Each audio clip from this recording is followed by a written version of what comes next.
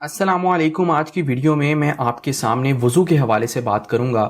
میں 3 چیزیں آپ کی خدمت میں پیش کروں گا۔ پہلی چیز یہ کہ وضو کرنے سے انسان کو کیا فائدے حاصل ہوتے ہیں، اللہ تعالیٰ کی طرف سے اس کو کیا کچھ ملتا ہے، اور وضو کرنے کے وہ کون سے ایسے جسمانی فائدے ہیں جس سے انسان کی صحت مزید بہتر ہوتی ہے۔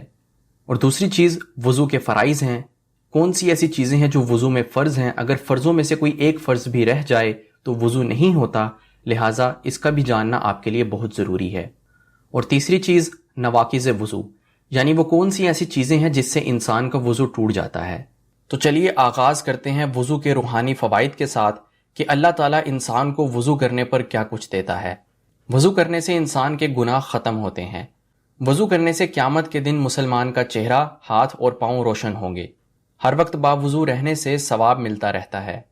ہر وقت باوضو رہنے سے رزق میں برکت ہوتی ہے۔ باوضو فوت ہونے والا شہادت کا ثواب حاصل کر لیتا ہے۔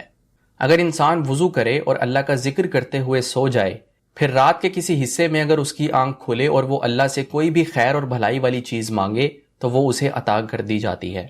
تو یہ وضو کے چند روحانی فوائد ہیں۔ اب بات کرتے ہیں وضو کے جسمانی فوائد کی۔ وضو آپ کے جسم کو تازہ دم اور چست کرتا ہے اور سستی کو دور کرتا ہے۔ یہ اعصابی نظام کو آرام دینے میں مدد کرتا ہے اور ٹینشن اور ڈپریشن کو کم کرتا ہے۔ سر میں بھاری پن اور تھکاوٹ کے احساسات سے نجات ملتی ہے، آنکھوں کی صفائی ہوتی ہے اور چہرے کی تازگی میں اضافہ ہوتا ہے۔ خون کی گردش میں مدد کرتا ہے اور بلڈ پریشر کو کنٹرول کرتا ہے۔ سانس کے انفیکشن کو ختم کرتا ہے اور جسم اور منہ کی بدبو کو دور کرتا ہے۔ جلد کو جوان اور خوبصورت رکھتا ہے اور جسم کے جراثیم کا خاتمہ کر کے جسم کو آلودہ ذرات سے صاف رکھتا ہے۔ تو یہ ہیں وہ جسمانی فوائد جو آپ کو وضو کرنے سے حاصل ہوتے ہیں، اور ان فوائد سے آپ کی صحت میں بہت زیادہ فرق پڑتا ہے۔ اب بات کرتے ہیں وضو کے فرائض کی۔ وہ کون سی ایسی چیزیں ہیں جو وضو میں فرض ہیں؟ پہلا فرض پورے چہرے کا دھونا، یعنی پیشانی کے بالوں سے لے کے ٹھوڑی کے نیچے تک اور ایک کان کی لو سے لے کے دوسرے کان کی لو تک پورے چہرے کو دھونا۔ دوسرا فرض کونیوں سمیت دونوں بازو دھونا۔ تیسرا فرض سر کا مسح کرنا۔ چوتھا فرض دونوں پاؤں ٹخنوں سمیت دھونا۔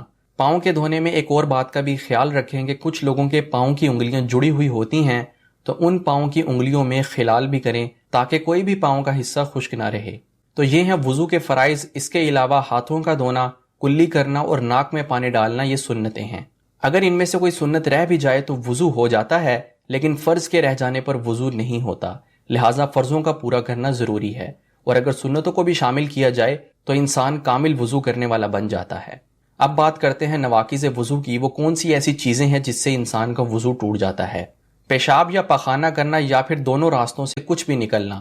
اب چاہے کچھ بھی نکلے، چاہے وہ کوئی قطرہ ہو، خون ہو، ہوا خارج ہو، کچھ بھی نکل جائے تو وضو ٹوٹ جائے گا۔ خون یا پیپ کا نکلنا اور بہہ پڑنا، اگر خون نکلے یا پیپ نکلے اور وہ بہہ پڑے، اپنی جگہ سے سرایت کر جائے تو وضو ٹوٹ جاتا ہے۔ ٹیک لگا کر یا لیٹ کر سونا، انسان اگر کسی چیز کا سہارا لے کر سوئے گا یا لیٹ کر سوئے گا تو اس کا وضو ٹوٹ جائے گا، لیکن اگر وہ کھڑا ہوا سو جائے تو پھر اس کا وضو نہیں ٹوٹے گا۔ بے ہوش ہونا یا مجنون ہونا، اب انسان کسی بھی وجہ سے بے ہوش ہو یا اس کو پاگل پن کا دورہ پڑے تو اس کا وضو ٹوٹ جائے گا۔ منہ بھر کے الٹی آنا، اگر منہ بھر کے الٹی آئے گی تبھی انسان کا وضو ٹوٹے گا، اگر کھٹی ڈکاریں آئیں یا منہ بھر کے الٹی نہ ہو تو پھر وضو نہیں ٹوٹے گا۔ جن چیزوں سے غسل فرض ہوتا ہے ان چیزوں سے وضو بھی ٹوٹ جاتا ہے، جیسے میاں بیوی کا ہم بستری کرنا، حیض آنا یا احتلام وغیرہ ہونا۔ میں امید کرتا ہوں کہ وضو کے حوالے سے یہ تعلیمات آپ کو اچھی لگی ہوں گی، ان کو دوسروں کے ساتھ بھی شیئر کیجیے۔ اب میں آپ کی اجازت چاہتا ہوں۔ السلام علیکم۔